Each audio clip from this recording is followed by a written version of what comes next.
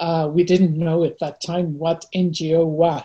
And I started volunteering with some time to write letters to very strange organizations called IUCN and WWF. But this was 78, 79.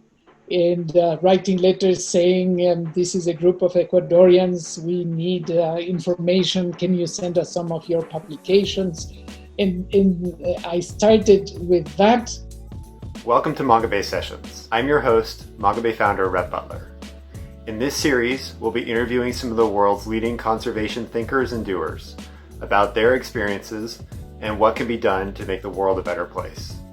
Thank you for watching, and I hope you enjoy. In today's episode of Mongabay Sessions, I am speaking with Yolanda Kakabadse, who is a prominent Ecuadorian environmentalist.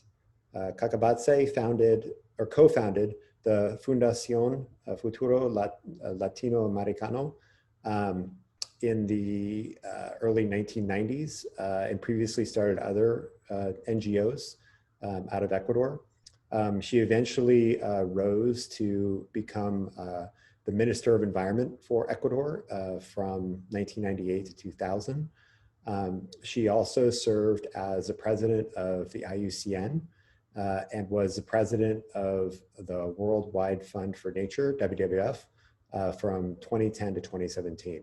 So it's my pleasure to have Yolanda joining us for this episode today. Yolanda, I just want to start out by asking, how'd you get started in this space, environmental and human rights issues? By accident, Red. It wasn't planned, and I had studied educational psychology, and I was quite happy doing that, mainly focusing on children with learning disabilities. And it was at the same time that we started a group in Ecuador, an NGO. We didn't know at that time what NGO was, so that is a name given to it much later. But this was 78, 79. And I started volunteering with some time to write letters to very strange organizations called IUCN and WWF that we had identified. And writing letters saying, this is a group of Ecuadorians, we need information, can you send us some of your publications? And I started with that volunteer time. And then the person who was chairing this group asked me one day, why don't I work for this full time?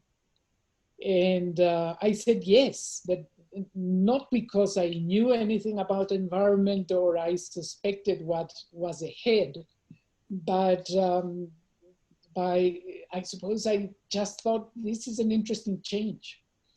And that's how I started understanding and learning what were the names of issues that we were concerned about.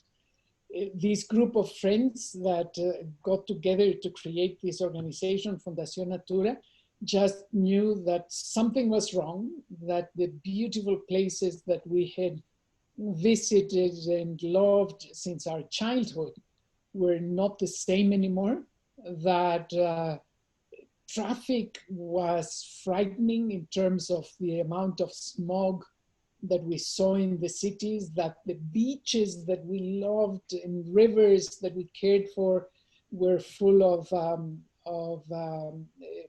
polluting items, that cities and towns were not taking care of garbage. So it was concerns, but no more than that in terms of knowing that there was an agenda, that it was an important agenda, and that we wanted to do something about it. Well, great. That's really helpful. So you started this small NGO and then went into, eventually became a leader at some of the biggest environmental institutions in the world, WWF, IUCN, and others. How did that career path develop for you? I would say that the most important achievement was creating a very solid institutions in Ecuador. and that became one of the most important ones in Latin America. So that, I think, was important because of several things, Red. One was that it was not concentrated on conservation. It was an environmental NGO. At that moment, we had it clear that for us, the most important thing was the human being and the quality of life of the human being, and in this case, initially Ecuadorians and later on Latin Americans. Number two, that this was an organization that was not created to fight against government in the business sector, but to discuss with government and business sector how to improve Ecuador and the quality of life of Ecuadorians from their own sectors. Number three, that we were there to talk and negotiate. Attack was the last instance of our dialogue. And we didn't start with that because we believed that everybody had an interest in having a better world than the one that we were looking at. So probably because of these three conditions of being a non-government but working for the country, not against the other sectors of the country, working for the human being and the relationship with nature. And the other element of considering that the lines in the map that created or defined the territory of Ecuador were not as important as the sharing of ecosystems with other countries. So we started working for Amazonia, for the Andes, for the Pacific coast. And that immediately led us into creating alliances with other organizations in the rest of the continent. That was important. And later on, of course, our frontiers were much larger because it was the planet. And we found organizations in the US, in Europe, in Africa and Asia that shared the same ambition of dealing with problems and improving the conditions of this planet. And that's why we started connecting with these international organizations, initially WWF, who was working already in Ecuador in supporting 3 protected areas. And when we let them know that we had created, they immediately invited us to be their representative in Ecuador for conservation. And later on, IUCN is an organization that was also looking for opportunities to have groups in different countries around the world that would contribute to their agenda. So the linkages were not difficult to build because both WWF and IUCN were trying to identify partners in Ecuador and in Latin America. And the snowball started rolling and growing. And we started identifying also organizations and people that shared the same vision and the same, as I say, ambition of creating a common agenda. So you spoke about kind of alliance building and coalition building, and a lot of your work seems to be, reaching across the aisle to people with, I guess, some shared values, but maybe coming from different perspectives. And so, in today's political climate, today is the U.S. election, the presidential election. There seems to be a lot of divisiveness, at least in the United States, around environmental issues. And I was curious as to whether you see that being different now versus the past, and whether you also see certain issues that are more cross-cutting that appeal to a wide range of people that can unify some of those divides. I have seen a wonderful evolution of the environmental agenda, where we clearly see that things are not black and white, that there is a gray zone for many of us to share, discuss, agree. This is 40 years ago, read, and I remember Greenpeace was sort of at the other end of the spectrum with a very clear style of attack. And I remember a beautiful moment when I was the president of IUCN, where we had World Congress on Protected Areas in South Africa, in Durban, I think, where I organized a panel with oil companies, IUCN, and Greenpeace. And it was the first time we were sitting together in a panel discussing the challenges for the oil companies and for conservation, the middle ground and the extreme. And it was a beautiful moment of confluence, how do you say, confluence of positions that had been at the radical end before, and that suddenly were discussing the potential of collaboration. So in 40 years, things have evolved in a positive way, because we see, number one, that there are always negotiated solutions that are better than keeping your position at an extreme. Better in the sense that by working together and collaborating, you can have benefits in a shorter term. That information availability allows all sectors to begin discussing the same things and not a hidden agenda. Hidden agendas at this moment are much more difficult than they were a couple of decades before. And then that your territory, which used to be very institutional, has become global. That you see that other countries and other peoples are being affected by the same issues, by the same threats, and therefore building solutions that are more global than institutional is where the big challenges are today. So a positive change, a wonderful change, and I would say new challenges. The challenges that used to be sort of Ecuador, the Andean countries, Latin America, are now global in every sense.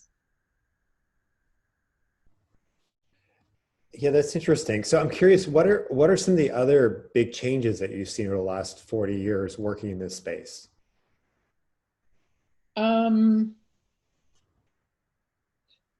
The challenges, I think, today are the importance of recognizing the institution of environment.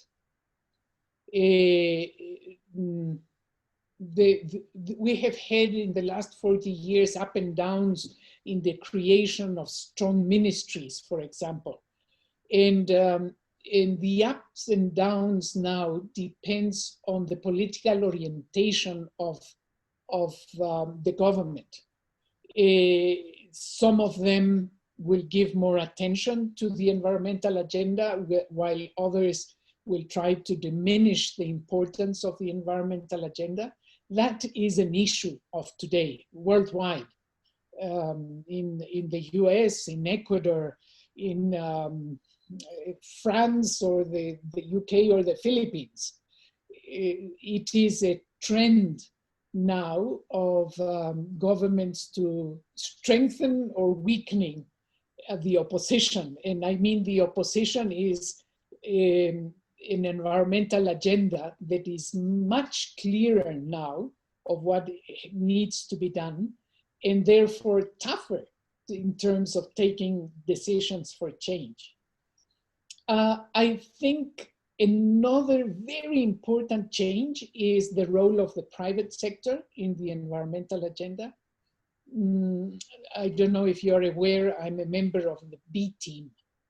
And the B team is 30, 40 very strong people who believe in sustainability and who are beyond the public speech. They are really acting and doing and implementing changes in their own fields that have a role to play in the world. The other thing is that there is this linkages between your habits and behaviors with the environment are much clearer today than they were 10 years ago or 20 years ago.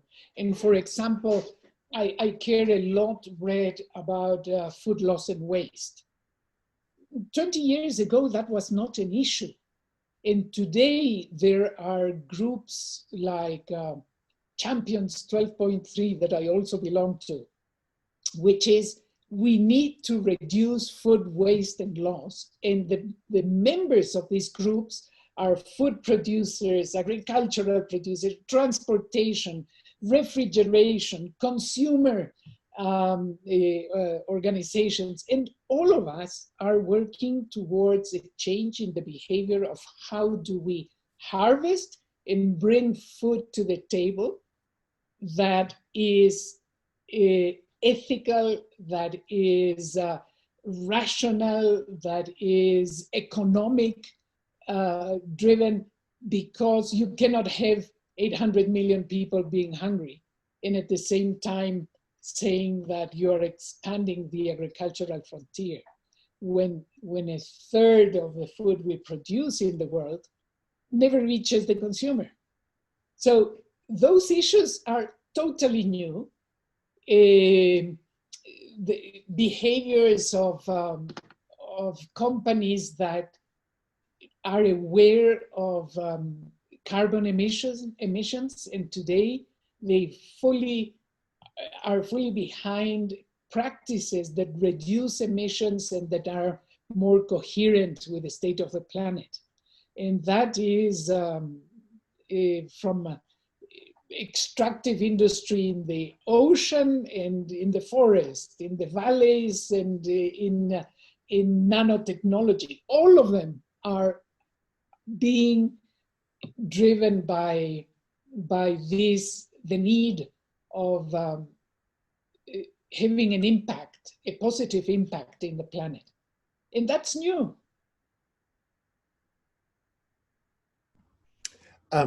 So, what you're saying is that there seems to be more voices at the table these days, including the private sector in these conservation discussions. Historically, the conservation agenda has often been driven by large institutions in the global north, where leadership is disproportionately, it tends to be North American or European. And I'm curious if you're seeing changes in that area as well, where you have more voices that are coming from the global south and communities that have tended to be underrepresented in management and leadership roles. Yeah, there is more diversity today. I tend, Red, not to look at the past and point fingers at the past, because everything is permanently evolving. What I see today is that there is more diversity of north, south, east, and west. The level of partnerships, and I speak for WWF, for example, it continues to be in northern organizations in the sense that it was created in the north, and every European country has a WWF.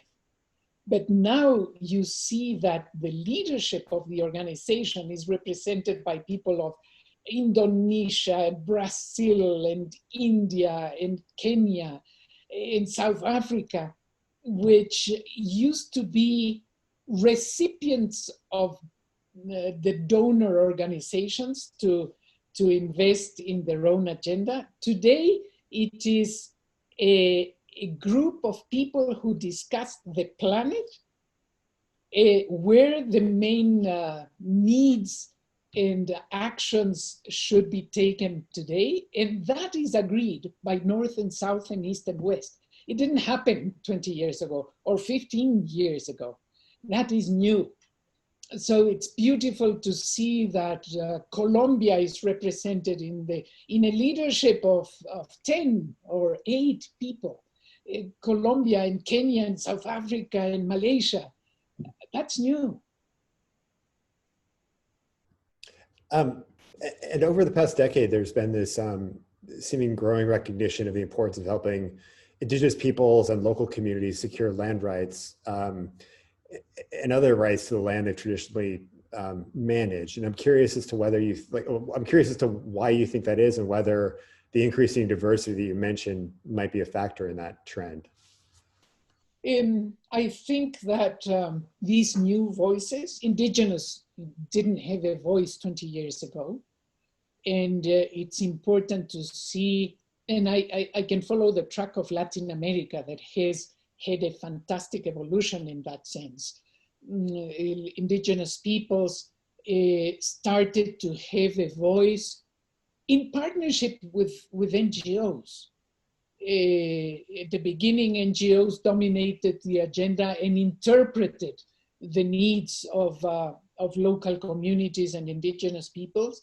And that started to change because there was a stronger dialogue between indigenous peoples and some NGOs, and started creating spaces for them to be represented. So that evolution has been a fantastic way of driving local agendas into the global debate.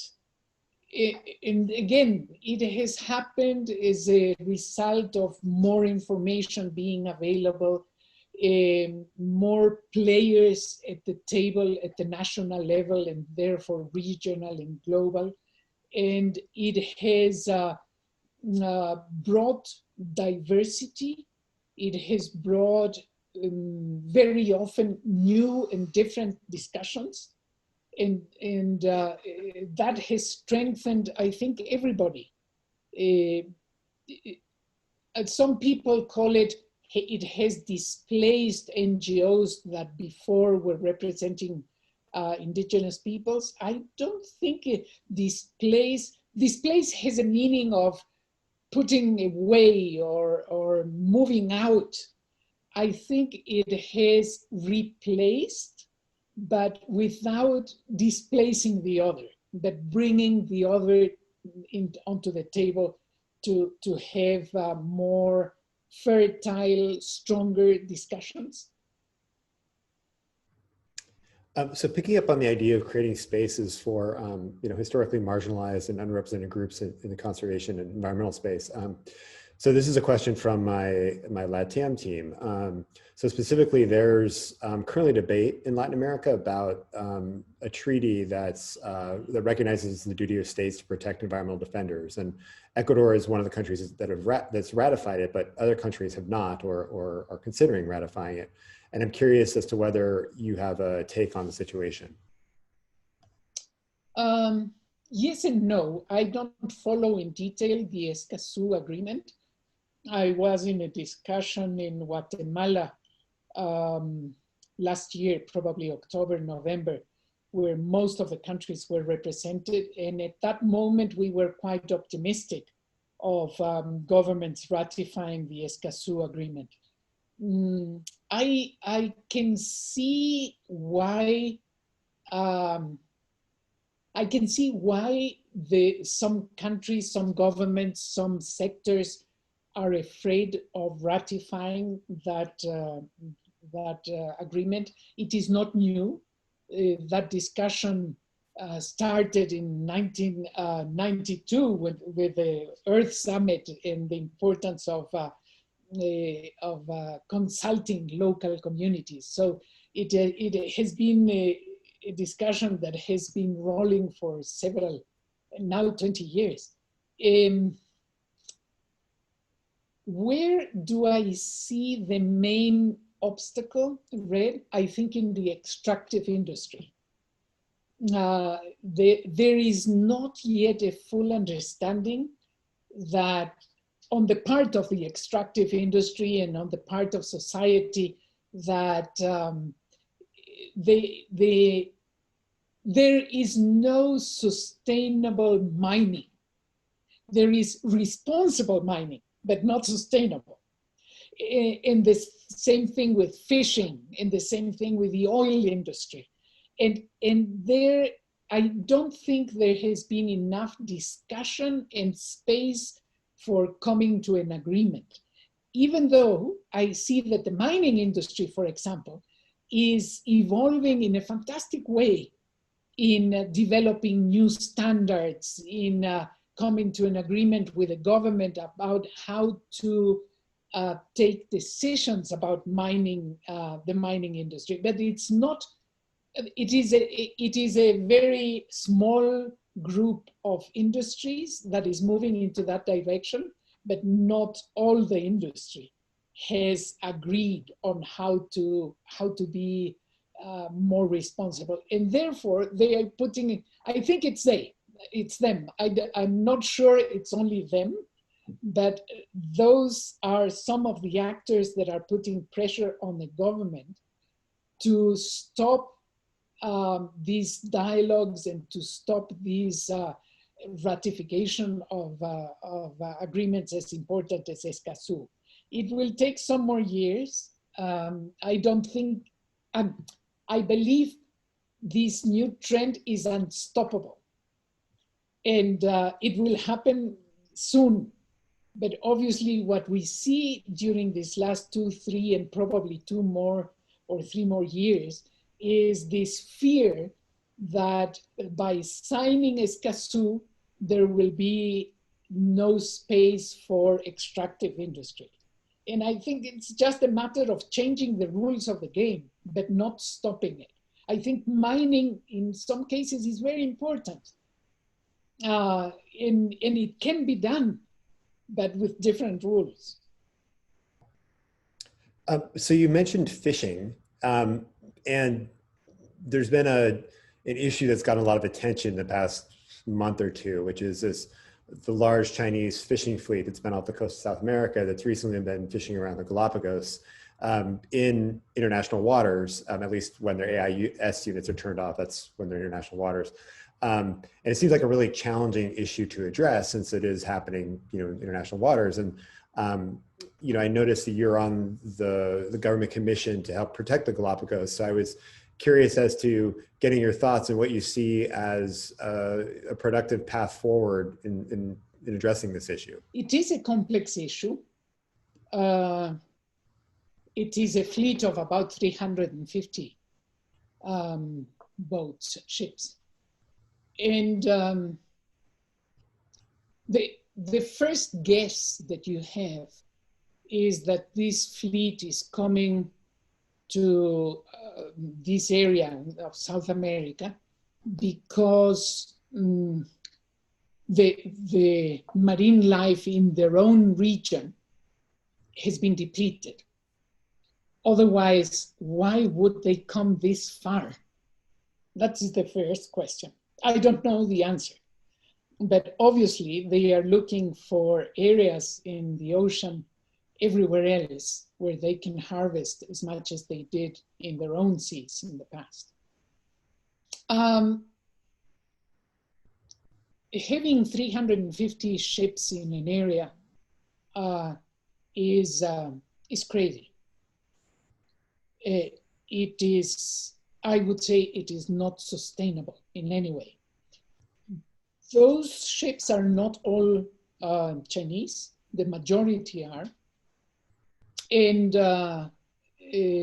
some other nations use that move to insert themselves and catch as much as they can. It is very difficult for Ecuador to control the area as much as we should, in the sense that we can see them when they are connected to satellite, that they are not in the fishing, in the economic zone of Ecuador. but we have no capacity to detect whether they are using long line, for example, and that long line is extended into the economic zone of Ecuador. We have no capacity to supervise that. But what is more important, Red, is that fish move, fish migrate, and you cannot keep them in the Galapagos or in the economic zone. They move all the way through. In our case, it is already studied, and we have documented that the native species of Galapagos are also native to Cocos. So there is a movement between Cocos Island and Galapagos that is very clear, that has been studied and documented, and that protecting the Galapagos means also protecting this corridor towards and up to the Cocos Island. Costa Rica is interested in the creation of this formal corridor. It would be a very strategic move for Ecuador and for Costa Rica and for the species. It's not just a nation thing. It is the fisheries and those species that are between within this corridor. The ambition is to have a protected area with Panama and Colombia also in their islands. But the most important move at the moment would be Costa Rica, Ecuador, Galapagos, Cocos. Where are the challenges that we have ahead of us? That is ensuring the fisheries sector of Ecuador and Costa Rica, that they would benefit by this conservation. The spillover effect that has already been demonstrating in Ecuador when we created the protected area of the Galapagos is clear.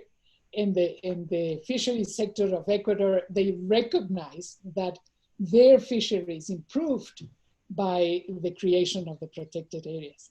So we need to go into that dialogue and have all sectors accept that if we create this corridor, Ecuador, Costa Rica, Galapagos, Cocos, the same effect will benefit them. And that's where we are at the moment, in that discussion, in that negotiation, and we hope it can happen as soon as possible. The other part is the negotiation with China, because those are international waters. We have no capacity to forbid them and block their entrance into this corridor between the two economic zones of Ecuador. And my expectation, Red, is to have China as a partner, as a conservation partner of the Galapagos and the Galapagos-Cocos corridor. And why do I have this expectation? Because Chinese people and government are also strategic in protecting their image. They are going to be the host of the next CBD, the Convention of Biodiversity COP, the 2020 COP that was meant to take place now, and that will be taking place sometime next year.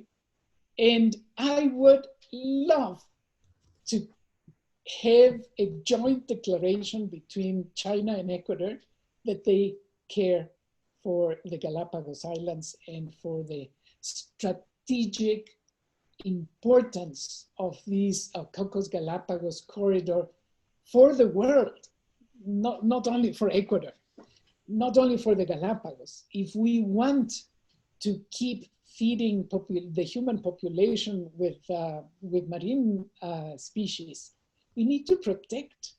And this challenge of protecting 30% of the ocean by 2030 is something that challenges all countries, all governments, and the whole planet. It's not only an Ecuadorian wishful thinking. It is something that we all need to invest in.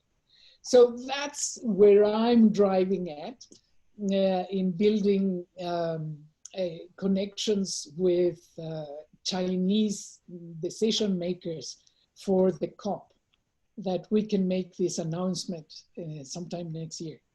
Hopefully, let's cross our fingers. But it also requires working together with all the other governments of South America,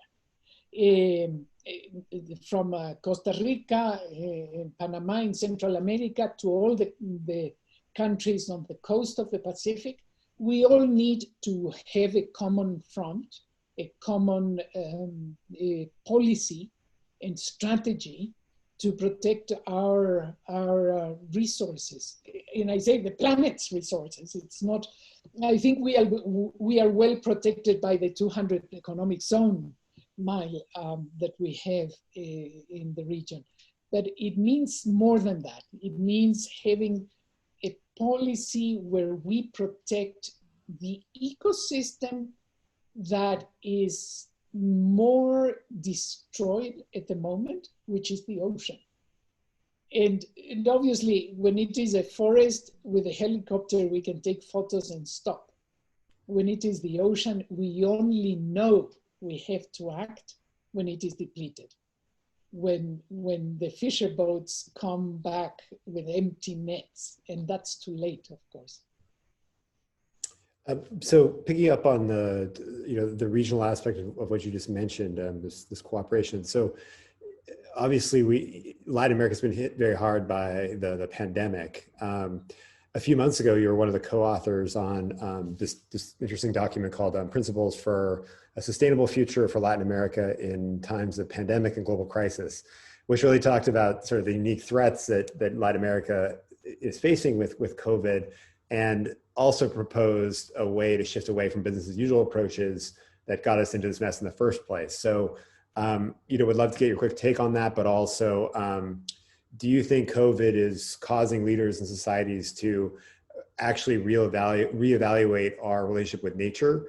And what would you see as being the best opportunities for real transformative change as we seek to recover from the pandemic?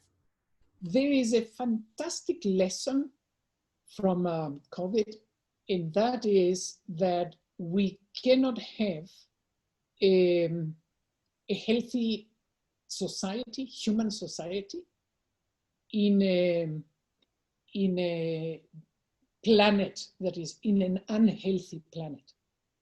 And I think, in a way, I find this one of the positive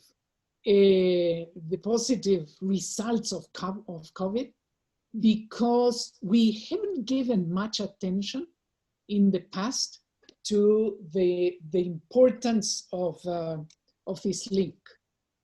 An ecosystem that is healthy, be it the ocean, the forest, the paramos of Ecuador, or the coastal areas, or the valleys and meadows, none of them can be your life insurance if we don't care for them. So security and health are interlinked, are dependent on the quality of the planet. So this challenge of investing in restoration, investing on regeneration of ecosystems is the immediate and very strong message that comes out of COVID. It's not enough yet, but many of us are promoting this discussion, and it's triggering more and more debate amongst everybody's governments, every nations, of how important it is not to invest in the aspirin, but invest in preventive actions for human health. And we need to discuss that the next virus is going to be even worse. And we need to discuss that the impact of the climate crisis, it's going to be dozens of times more destructive. And we need to discuss that and overcome what I find has been the failing of our public speech in the last 20 years. And that is that, number one, we don't give enough attention to biodiversity. And number two, that when we speak about climate change, we speak for the privileged, probably 0.1% of the population of the world who can understand it. It is a language that nobody understands. I think I am well informed, and I have no idea what do we mean by 1 ton of carbon. When we should be saying and speaking about health security and about hunger and about food production and about food waste, that is the agenda that we need to discuss and propose to the common citizen. People like me, I'm so passionate about food loss and waste because I understand it. And millions of others in every single country need to take part in the solutions because they understand what the threats are. But when we talk about carbon emissions and gases, and who knows what that means for my quality of life? Very few. So in this agenda that we have built for the region, to promote discussion in the region, we speak about solidarity, for example. Solidarity between generations, between urban and rural, between nations, neighboring nations and the rest of the planet, between indigenous peoples in business, in the business sector, the private sector. So those things have a sense of what we need to do, but we need to foster that. And we need to alert people that unless we do something for the health of the ecosystems, nothing will change. I don't know if you have seen a film called Kiss the Ground. Yes. It's very clear. The message is terribly clear. Agriculture can absorb, capture much more in terms of carbon than the ocean. So let's put our hands into that and start mobilizing the technologies that we use for agriculture that presently are so destructive. COVID has given us a fantastic signal of how much we depend on family farming near the cities and the towns, and how much they have been non-recognized in the past. We only think that agriculture comes from the very large ones. No, we suddenly discovered that the small farmers and the family farmers can provide us with what we need. And that linkage is beautiful, and it's strong, and it's given us a new message of the importance of working together. So I think a lot of young people, I mean, these ideas would resonate with a lot of young people, but at the same time, I think a lot of young people are really concerned about sort of the state of the planet and the direction we're headed in. So what is it that you would say to young people, so, you know, millennials and people born since 2000, who are distressed about the current trajectory of the planet?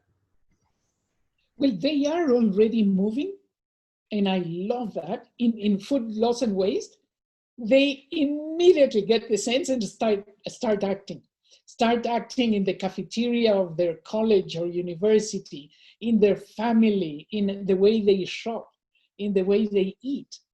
That is a clear example that young people can mobilize and can do things much faster and with personal involvement. And when you speak a language that they can understand, they immediately react, which we don't. In my generation, we are always asking many more questions and putting some doubt on number. No. The young people get it. They create apps that you can use in your phone that tell you where does this food come from, how was it produced, whether it is sustainable or not, and they use those apps. We don't. So I have one other question that was on my list, and that was actually from my LATAM team. It's very specific to Ecuador. So I guess there's some concern that after the merger between, and I recognize this is a totally different topic, so I'm sorry for the jump, but I just want to be sure we talked about it. So some people are concerned about this merger between the Ministry of Environment and Ministry of Forestry let me start that over. Some people are concerned about the merger of the Ministry of Environment and Water in Ecuador, and feel like it's weakened the institution or both the institutions. So I would just be interested in your take on that. Absolutely. There is no ministry. You don't hear about it. You don't have any signals about policies that are being proposed. And what is worse, the mind of the decision makers is that when you are in an economic crisis, you have to cut down on things like the environment, when it should be obvious that you should strengthen that ministry because it's the one that can bring solutions to the crisis. So we have completely lost track of the importance of the Ministry of the Environment, of the institutionality of water that used to deal with water management and quality and quantity. And it's not there. It is not in the map. And the institutionality of the two sectors, environment and water, has been completely destroyed. And that includes protected areas and biodiversity. So is there a path to restoring that institutionality? We will have a new government elected in February, and they will take over in May. So let's hope that the next government will do something about it. But the basic issue here, Red, is that public policy is the result of social pressure. Public policy, when you build it from the top without measuring the need for that in society, it doesn't work. I'm always promoting the discussion and the importance about the society creating the agenda. That's when the decision makers and policy makers and politicians respond. So that is something that cannot stop, that we need to continue working on, mobilizing society in all sectors, in school, in urban and rural areas, in universities, in family groups. That is something that is a priority. Mongabay.